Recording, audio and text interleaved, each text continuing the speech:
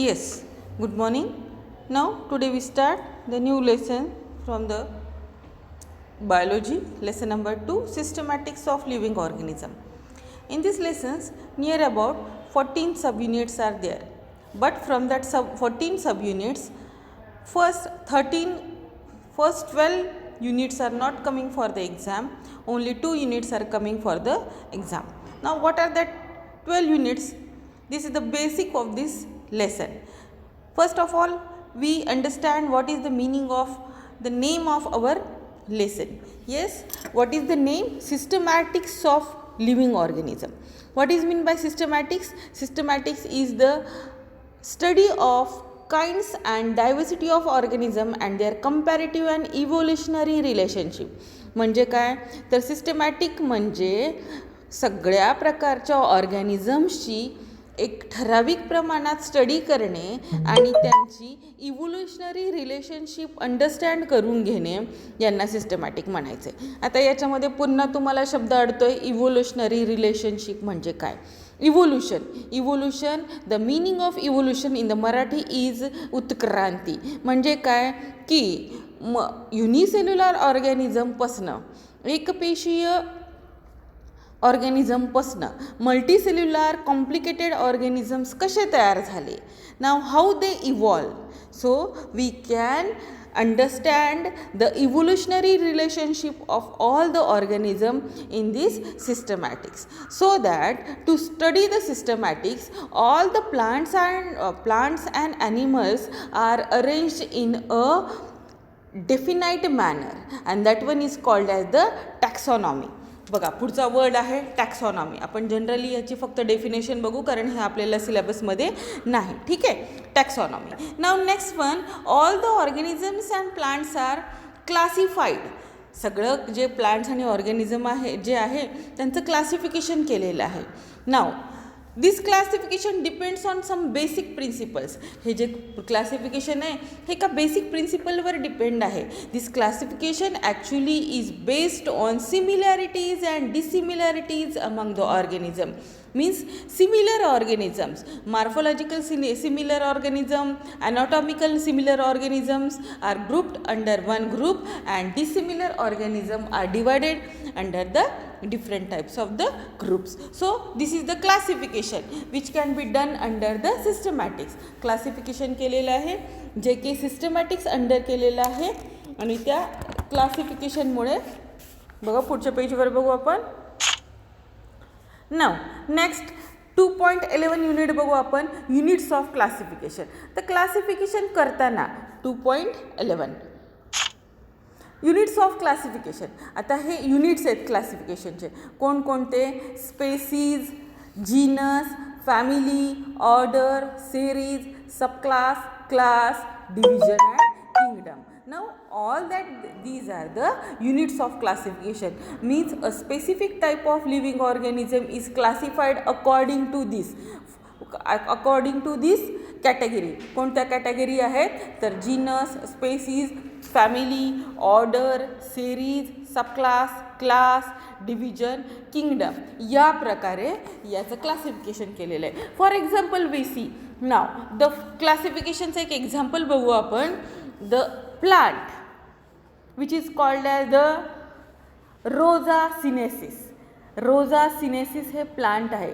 Rosa sinensis is the species. Now this Rosa sinensis is under the genus Hibiscus. Means the name of that plant is Hibiscus rosa sinensis, whose family is Malvaceae, order is Malveles, series is Thambeliflorae, subclass is Polypetalae, class is Dicotyledone, division Angiospermae, and kingdom is Plantae. Now this Hibiscus rosa sinensis is classified like this. Can you understand? Now this is also not coming from the exam. Next bit which is called as the nomenclature. बघा पुढचं बघू आपण. जे nomenclature आहे, nomenclature म्हणजे वेगवेगळ्या ऑर्गॅनिझम्सला, वेगवेगळ्या living थिंग्सला नाव कसं दिलेलं आहे हे नॉमेनक्लेचरमध्ये आहे. हेही आपल्याला सिलेबसमध्ये येणार नाही. नेक्स्ट आहे 2.13. आता 2.13 मध्ये आपल्याला 2.13 आपल्याला सिलेबसमध्ये आहे. 2.13 काय आहे तर salient features of the 5 kingdom system. बघा, कास Linnaeus classified all living organism into 2 kingdom based on mode of nutrition. बघा, कास लिनियस ह्या नावाचा जो सायंटिस्ट होता त्यांनी हे सगळे लिव्हिंग ऑर्गॅनिझम 2 किंगडममध्ये क्लासिफाय केलेले आहेत. कशावरनं? Depending on their nutrition and whether they are migratory or sedentary. ते मायग्रेशन करू शकतात का एकाच ठिकाणी उभे आहेत. But this broad classification as kingdom Plantae and kingdom Animalia was found inadequate. त्यांनी कशामध्ये हे सगळे लिव्हिंग ऑर्गॅनिझम क्लासिफाईड केले? 2 ग्रुपमध्ये, किंगडम प्लांटी आणि किंगडम ॲनिमलिया. परंतु हे सफिशियंट होते का 2 किंगडम? नाही. याच्यामध्ये सगळं काय क्लासिफिकेशन होऊ शकत होतं का? नाही. याच्यामध्ये बऱ्याच प्रकारचं कन्फ्युजन होतं. So to avoid the confusion, म्हणून कन्फ्युजन अवॉइड करण्यासाठी Whittaker proposed 5 kingdom system of classification.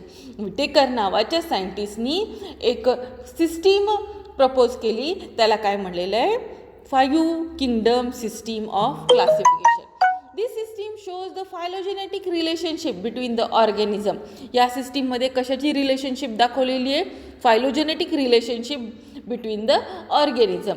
And these 5 kingdoms are like this. First one, kingdom Monera, kingdom Protista, kingdom Plantae, kingdom fungi and kingdom animalia. These are the 5 kingdoms. Means all the living organisms are classified into these 5 kingdoms. Now first we see about the kingdom Monera. आज आपण बघू kingdom Monera. याच्यामध्ये include केलेल्या ऑर्गॅनिझमचे काही characters कसे या kingdom मोनेरामध्ये दिलेले आहेत. म्हणजे किंगडम मोनेरामध्ये असलेल्या ऑर्गॅनिझमचे काही कॅरेक्टर्स बघा. First one, it contains unicellular organism with prokaryotic cellular organization. बघा, या ग्रुपमध्ये ऑर्गॅनिझम्स कसे असतात? Unicellular means made by only single cell. एकाच सेलनी बनलेले हे युनिसेल्युलर ऑर्गॅनिझम्स आहेत. Monera includes unicellular prokaryotic organism. हे कसे आहेत? प्रोकॅरियोटिक ऑर्गॅनिझम आहेत. म्हणजे याचं न्यूक्लियस कसं आहे?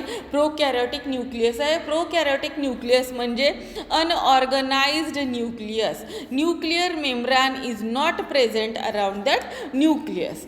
Now next character, these are omnipresent म्हणजे सगळे सर्वत्र आढळणारे आहेत. Next, they are found in all types of the environment. ते सगळ्या प्रकारच्या इन्व्हायरमेंटमध्ये सापडतात. Next, few are photo autotrophic or chemo autotrophic. काही हे ॲटोट्रॉफिक आहेत. ॲटोट्रॉफिक मीन्स स्वयंपोषित, स्वतःचं अन्न स्वतः तयार करणारे. मग काही हे फोटो ॲटोट्रॉफिक आहे म्हणजे लाईट यूज करून आपलं अन्न तयार करतात. तर काही कसे आहेत? किमोटोट्रॉफ्स आहेत म्हणजे केमिकल एनर्जी यूज करून आपलं अन्न तयार करतात. Next, but majority are heterotrophic in nature. But the organisms which are included in the Monera, all the major organisms are heterotrophic. हे कसे आहेत? हेटेरोट्रॉफिक ऑर्गॅनिझम आहेत. हेटेरोट्रॉफिक म्हणजे दुसऱ्यांवर डिपेंड असणारे. These organism do not have well defined nucleus. बघा, मी आत्ता सांगितलेलं आहे हे जे न्यूक्लियस आहे हे वेल डिफाईंड नसतं, स्पष्ट असं न्यूक्लियस नसतं.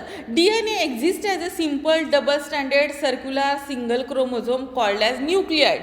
ही जी सेल आहे या सेलमध्ये फक्त असं DNA असं असतं, single standard, a simple double standard circular single chromosome like this. त्याला काय म्हणायचे? न्यूक्लिओइड म्हणायचे. Smaller circular molecule of DNA as extra chromosomal genetic element called plasmids are often present. बघा, याच्या भोवती आणखीन एक क्रोमोझोम लाईक DNA लाईक